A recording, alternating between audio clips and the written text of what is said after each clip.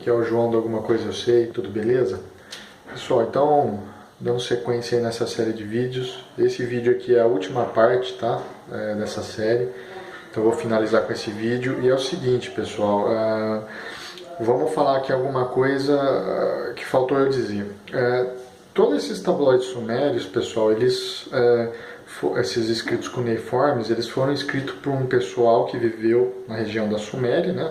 Então, os sumérios, numa época pós-diluviana, certo? E essa região, esses escritos, eles diziam o seguinte, que eles, sumérios, eram descendentes, né, daqueles que viveram numa região chamada Dilmun, e Dilmun significa Oriente, então eles são descendentes daqueles que vieram do Oriente, mais especificamente numa região conhecida como Edenu, que era um jardim.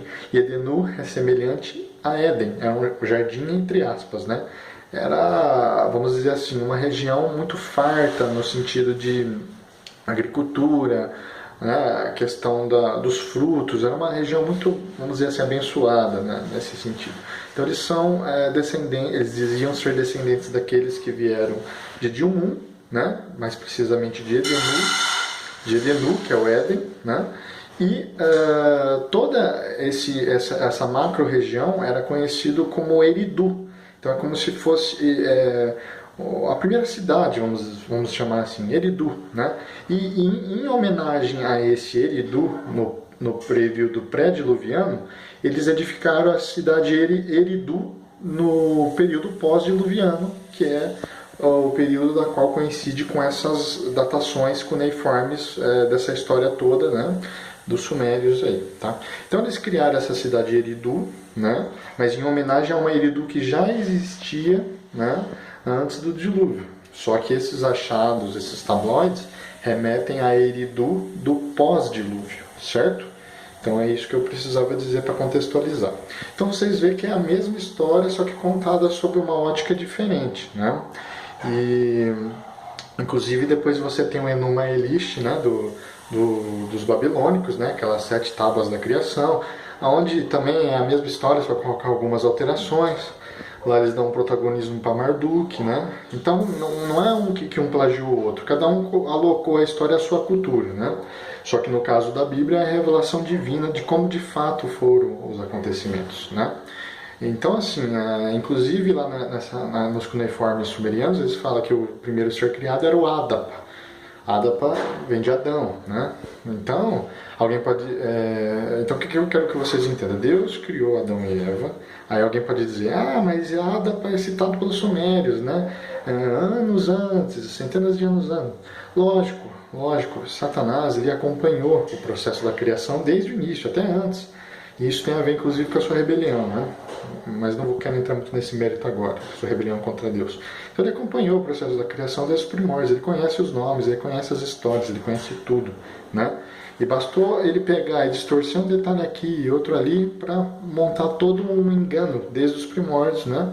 E com base nisso, o que eu quero dizer? A questão de eu falar de Satanás criar sistema de crenças baseado em mitologia para desvirtuar a verdade desde o início. E com isso receber a adoração e se passar como nosso Deus desde os primórdios, né? Então, para validar isso que eu estou querendo deixar claro para vocês, assistam um vídeo que eu vou deixar na descrição. Tem vários vídeos que eu estou deixando na descrição, mas tem um que é de um ex-satanista, né? Que ele conta como foi o processo de conversão dele. Deve ter 1 hora de vídeo mais ou menos. E esse satanista, ele virou adventista depois, né? Filtra retém o que for bom, né? Retém o que for bom e descarta aquilo que não bate muito. Embora ele está dentro da religião, não interessa. O que importa é a conversão genuína dele, independente de sistema religioso, tá? E nesse sentido, nessa entrevista ele conta como que os seres malignos andavam com ele desde o início, que ele foi, como se diz, desde o avô dele, que era satanista, tal, ele foi ofertado aos espíritos malignos, desde criança ele tinha contato com essas entidades, e ele fala que o plano de Lúcifer era esse, um dos planos, né, criar sistemas falsos de crença, de adoração, né, baseado na mitologia desde os primórdios. Então assistam essa... Vocês querem saber da verdade, vocês acompanhem os ex-satanistas, aqueles que eram satanistas e se converteram a Cristo. Aí vocês vão ver como que bate tudo isso que a gente tem dito aqui no canal. Então, beleza. Então, ficou clara essa questão. Eles vieram de Dilmun, de Edenu, aí tinha a questão de Eridu, e aí com base nisso, os sumérios, né, dos tabloides, aí, conforme as escritas cuneiformes, eles criaram uma cidade chamada também Eridu, em homenagem a esse Eridu do mundo pré-diluviano, certo? E essa questão toda da alteração genética que eu falei, tem a ver também, por isso que Cristo, quando ele for arrebatar, a igreja ele vai transformar os corpos, né, para desfazer de uma vez por todas essa semente do maligno no nosso DNA, né, para descorromper, né, e aí seremos eternos, porque com esse corpo aqui, quando teve a alteração genética, passou a entrar a morte na criação. Então o pecado original tem a ver com a morte, tem a ver com a ruptura com Deus, né. E, enfim, então a gente tem aí cada povo contando as suas histórias alocadas às suas respectivas culturas. Só que a versão da Bíblia é Deus revelando como de fato foi as coisas, ainda que ele resolveu revelar um pouco depois. Eu já expliquei o motivo nos vídeos anteriores. Outra coisa que vocês precisam saber é o seguinte: Goetia, já ouviram falar de Goetia? A chave menor de Salomão, clavículas de Salomão, Legemedon, né? Então isso daí foram grimórios, né, supostamente atribuídos a Salomão, e tem grandes doses de veracidade nisso, uma vez que Salomão se envolveu com o ocultismo pesado, né, em dado momento da sua vida. E aí esses grimórios, essa Goetia, esse livro proibido, ele conta, né, como que Salomão criou, através de artes mágicas, um mecanismo para aprisionar 72 tipos de demônios chefes, e cada um desses demônios tinha legiões sob o seu comando. E aí, quando você lê a descrição de cada um desses demônios, você vê que a função de cada um, né, no plano astral, você vai ver que tem aqueles que são adivinhadores do futuro, passado, presente, até certo ponto, né? Então, por exemplo, eles são os espíritos os espíritos malignos que os feiticeiros evocam, que os astrólogos se baseiam, né, que os médiuns, que é tudo herança das pitonisas, né, do antigo mundo. Que eram basicamente as profetas do lado da serpente, né?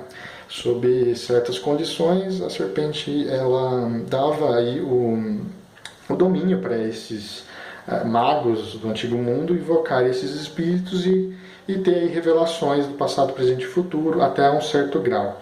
E agora, quando você começa a escutar essas coisas, isso responde muito porque em certa parte astrólogos, médiums, né, enfim, hoje em dia acertam em certo grau os acontecimentos vindouros, em certo grau, porque eles estão bebendo de uma fonte advinda de princípios espirituais, né, da antiga serpente. É esse que é o problema. E como que isso funciona na prática? O homem acaba conseguindo ter esse, entre aspas, poder com base nessa genética modificada que foi feita a nós lá no Éden. Então, quando você começa a entrar em contato ativando o Kundalini, abrindo os chakras, canalizando o espírito, você está usufruindo dessa genética alterada por Satanás. É por isso que Deus proíbe na Bíblia, porque isso não vem de Deus. Entenda? Deus criou o ser humano para ter para você agradar a Deus, ande numa vida singela. Não fique procurando o oculto, não fique procurando despertar o seu terceiro olho, nada disso, que isso não tem a ver com Deus. Ele vai desfazer toda essa obra do maligno na sua segunda vinda, na segunda vinda de Cristo. Tá? Então, é isso que eu queria falar para contextualizar. Enfim. Então, pessoal, um outro detalhe. E isso tudo que eu falei nessa série de vídeos é um grande perigo, como eu disse. Tem enganado muitos, né? Tem feito as pessoas se voltarem para o satanismo, que eles estão modernizando suas narrativas com base nisso. E isso é um grande perigo. Tem um outro grande perigo, mas eu não vou falar agora, eu vou falar em outra série de vídeos, tá? E eu nem vou falar do que é agora, mas são os dois grandes perigos que eu vejo assim, maiores nesse sentido de confrontar a fé cristã. Um é essa questão dos sumérios, mitologia tal, e a outra eu vou falar em uma outra ocasião. Mas quando eu for falar eu vou citar. Lembra que eu falei no vídeo lá dos Anunnakis, do Enki, que eu tinha outro grande perigo para expor? Então eu vou lembrar para vocês verem que eu já tinha isso em mente desde já. Mas eu vou falar mais pra frente. Então, assim, só para finalizar, Satanás está por trás de tudo, tudo mesmo, tá? Está trás de falsas adorações, dos antigos mistérios, das religiões baseadas em mitos da antiguidade, da questão dos Anunnakis, né? Lembre sempre que Enki, né, um Anunnaki, ele era uma serpente, né? E quem é a antiga serpente? É Satanás, né? Ele está por trás dos OVNIs, dos aliens, do esoterismo, da magia, inclusive magia branca, tá? Do sistema religioso como um todo, inclusive cristão, das filosofias orientais do paganismo, das ideologias totalitárias, né? Do nazismo, fascismo, comunismo, socialismo, progressismo, né? Por trás das maçonarias, enfim, por trás dos sionistas, dos Illuminati, sociedades secretas como um todo, por trás das guerras, por trás do sistema financeiro, por trás da tecnologia, do ocultismo, filosofias diversas e etc. Está por trás de tudo, tá? Toda sorte de maldade cai no coração do homem, está por trás de tudo, de tudo. Então entendam isso. É isso que eu queria que vocês entendessem, vou acabando a série por aqui. Então é isso aí, pessoal. Se gostaram, peço que curta, compartilhe e um abraço. Até mais.